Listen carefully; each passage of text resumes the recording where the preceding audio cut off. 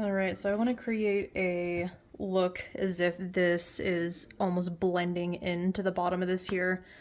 I painted before I laid down the transfer, and as you can see, this is darker yellow up here. I blotted it down to where it's more of this black color, and there's a nice gradient transition in between, and then I laid the transfer over top. So at the bottom, I didn't want like a straight line. So I did cut off this little section here to make it look a little wavy. Next thing I'm going to do is take some, I want to make sure it's fully burnished all the way down. I'm going to take some sandpaper. I wrap it over this block. This is a pretty high grit. I'd probably recommend something not as coarse, but this is what I have right now. So I'm going to sand the bottom of this.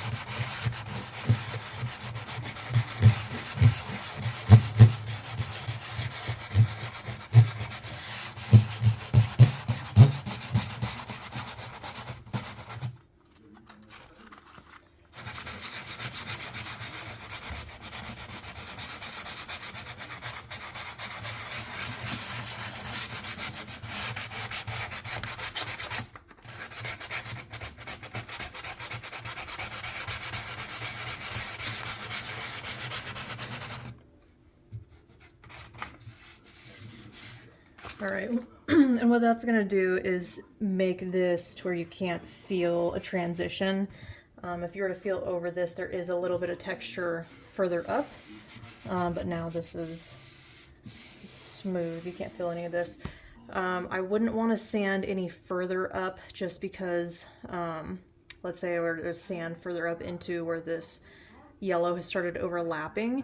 This can pull up some of the color, and then you would actually end up seeing a halo from where the transfer was laid down, because that color would still be underneath the transfer, but not on the side of it, so it would look a little funky there.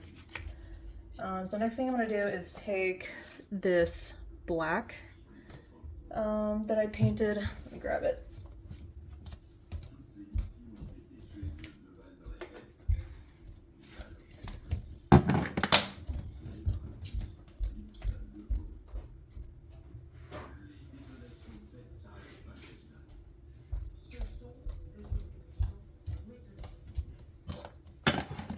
I'm gonna grab a wet rag also. I just got a paper towel, dampened it a little bit.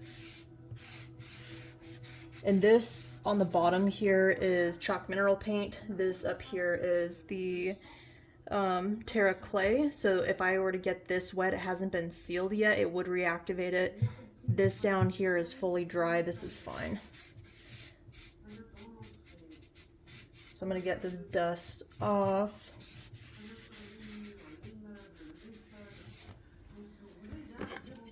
And then I'm going to take this black color. This is Caviar. I have a chip brush here. What I'm going to do is just blot this along the bottom and drag it up just a little bit.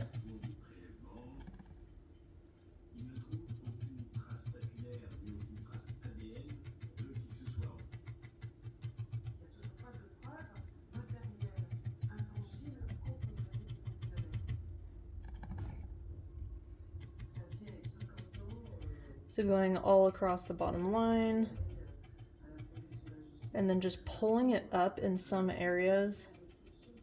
This looks darker, but once it dries, it should, hopefully, dry to a similar color. If not, I can drag more of this yellow back down a little bit on the edges there. But I'm just gonna blot this. It's okay if it shows in some area the white silvery color underneath. That actually helps it to look more faded as it gets down further.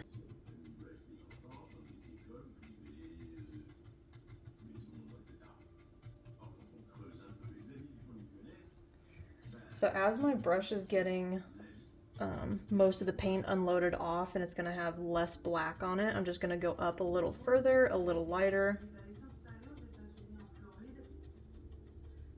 not as heavy-handed.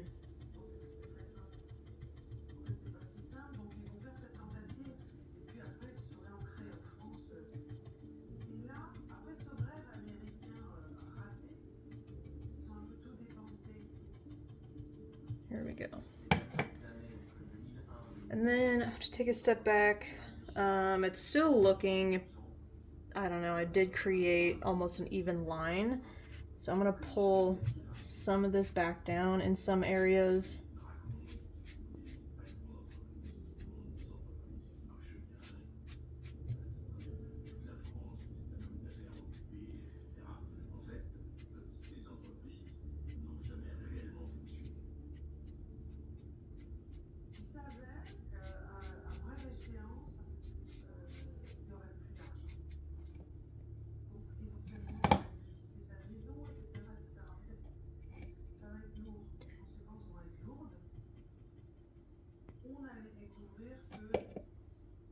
Awesome. So I'm gonna pause this video. I'll come back when it's dry.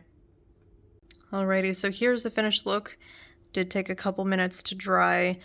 I did go through and add a little heavier of some color in the middle here. I blotted pretty heavy over this, and then I did wipe back some other areas, so like this point and that point there. When you paint over transfers, they're easy to wipe back on while the paint is still dry.